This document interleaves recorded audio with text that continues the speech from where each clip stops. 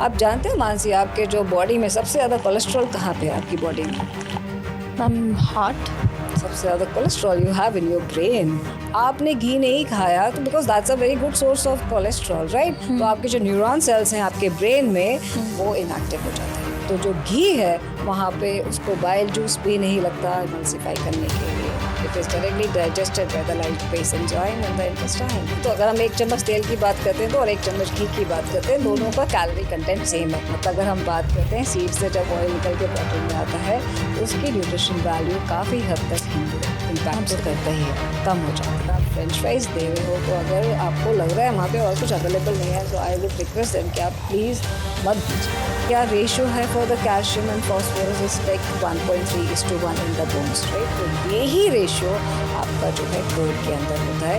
That is the reason it is absorb so well by the body. लेकिन nutrition का असली मंत्रा क्या है? द असली मंत्रा इज कि क्या खाना है, कब खाना है, किस कॉम्बिनेशन में खाना है और किस लिए खाना है। Hello everyone, welcome to our podcast. We at NutriSchool provide authentic information about nutrition with the help of experts. Basically क्या होता है कि हम जो भी इंटरनेट पे देखते हैं उस सारी इन्फॉर्मेशन पे बिलीव कर लेते हैं and you won't believe that information can be so misleading.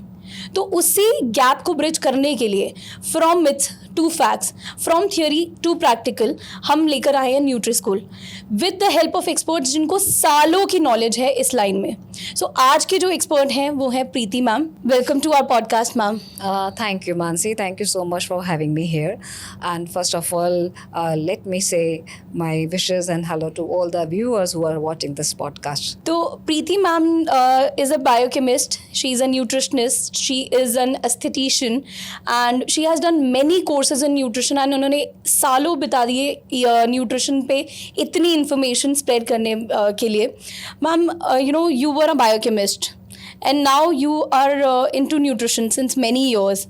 तो आपको मतलब from that biochemistry to nutrition आपका कैसे switch आया?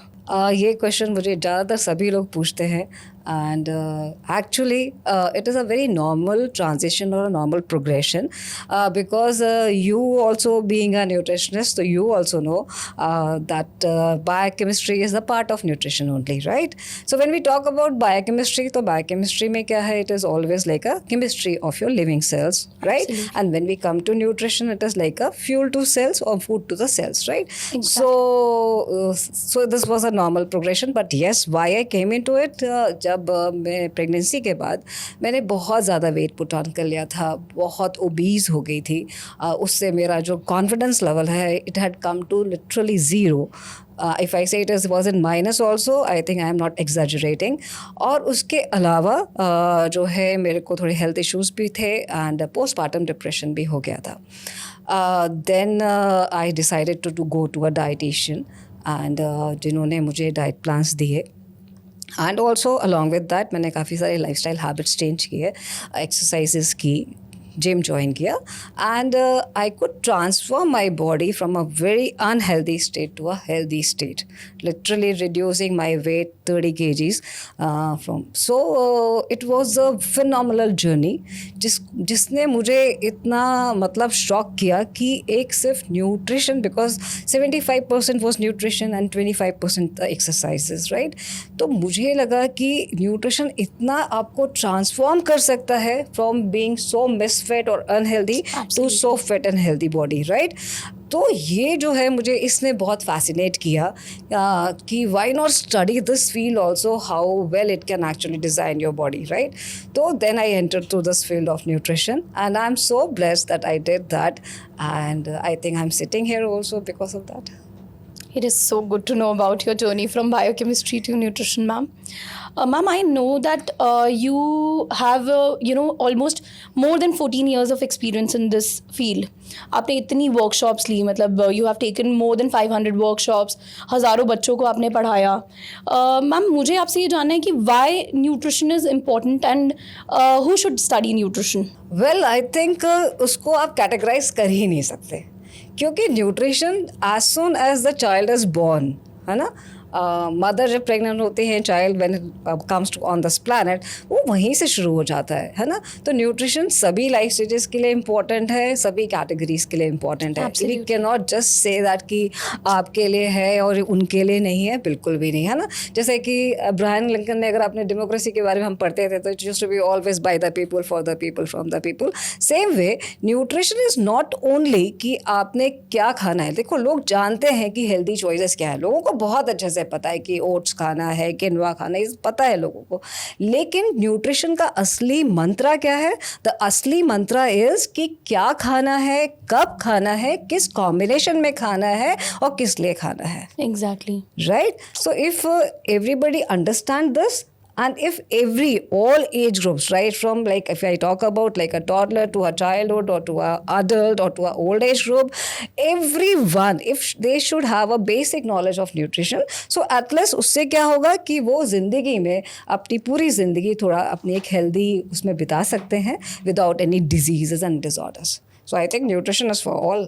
Exactly. क्या, क्यों, कब और कैसे बहुत ज़रूरी है हमें जानना. ठीक है. Ma'am, as we all know that winters are approaching and during this time जो वायरल इन्फेक्शंस होते हैं वो बहुत ज़्यादा कॉमन हो जाते हैं, ना सिर्फ बड़ों में बट बच्चों में ये बहुत ज़्यादा देखने को मिलता है. लाइक स्कूल गोइंग चिल्ड्रन, ये स्कूल में हर एक बच्चा ऐसा होता है जिसको खांसी हो ही रही है या ज़ुकाम लगा ही हुआ है. But ma'am, when I think about our times, तो आई डोंट रिमेंबर कि हम कभी जब स्कूल जाते थे तो हम घर में छुट्टी लेके बैठे हैं वायरल की वजह से, या हमें कोई कोल्ड का फीवर होता होगा बट वेरी रेयर. बट अब तो बहुत कॉमन है ये, and the immunity of children nowadays is really compromised. Very true. अगर आप when we go down memory lane, है ना, आपने हमेशा मानसी देखा होगा कि बचपन में हम जब छोटे होते थे तो हमेशा जब विंटर्स आते थे या winters are approaching, that time what I used to always see कि मेरी मॉम जो है हमेशा they used to be a bottle लेके आती थी before winters, and that bottle used to be chyawanprash. And we used to, as soon as जब bottle घर आती थी तो हमें पता होता था कि अब हमें कल से जो है स्कूल जाने के पहले, निकलने के पहले हमें एक च्यवनप्राश और हाथ में दूध जरूर पीना है. एवरीडे रिचुअल था या, है ना, डे टू डे वाला हिसाब हो जाता था. तो आई थिंक उस कारण शायद, क्योंकि आप भी जानते हो बीइंग अ न्यूट्रिशनिस्ट कि अगर हम च्यवनप्राश की ही बात करते हैं, उसके इंग्रेडिएंट्स की बात करते हैं, तो उसमें सबसे मैसिव इंग्रेडिएंट जो होता है, सबसे ज़्यादा जो होता है, वो होता है आपका आंवला, which is so rich in your vitamin C, ascorbic acid, right. उसके अलावा उसमें बहुत सारे आयुर्वेदिक जड़ी बूटियाँ होती हैं, है ना, जैसे अश्वगंधा है, शतावरी है, many of them, right, like 50 to 80 herbs and जड़ी बूटियाँ आर देयर, राइट. उससे क्या होता है कि आपकी जो है इम्यूनिटी बिल्ड बहुत बढ़िया होती है, आपका स्टेमिना बहुत बढ़िया होता है, आपको कोई तरह के इन्फेक्शंस नहीं होते हैं, है ना. And I think those moms who are listening about this podcast is also very rich in vitamin C, है ना. तो विटामिन सी कोलाजन बनाने के काम में आता है, तो certainly it is very anti-aging also, है ना. So that's how. So I think एक तो ये एक हम जरूर होता था हम जब छोटे थे. दूसरा, अगर आपको याद हो, हमेशा जो है घर में रात में सोने के पहले हम लोग को हल्दी का दूध पी दिया जाता था ड्यूरिंग विंटर्स, है ना. और फिर वो हल्दी जो है नॉर्मल पाउडर वाली हल्दी नहीं यूज़ होती थी, हमेशा वो जो अदरक जैसी दिखती है, जो पीली वाली हल्दी, कच्ची हल्दी, उसको ग्रेट करके जो है उसको उबाला जाता था दूध में, और उसमें साथ में थोड़ी सी अदरक भी डाली जाती थी. एंड उसका जो स्वीटनेस है, एज पर योर मिश्री आप डाल सकते हैं, धागे वाली वो भी उसमें डाल सकते हैं. सो वो हमको दिया जाता था when we used to sleep during winters, right. तो उससे भी हमारी जो इम्यूनिटी है वो बहुत स्ट्रांग होती थी.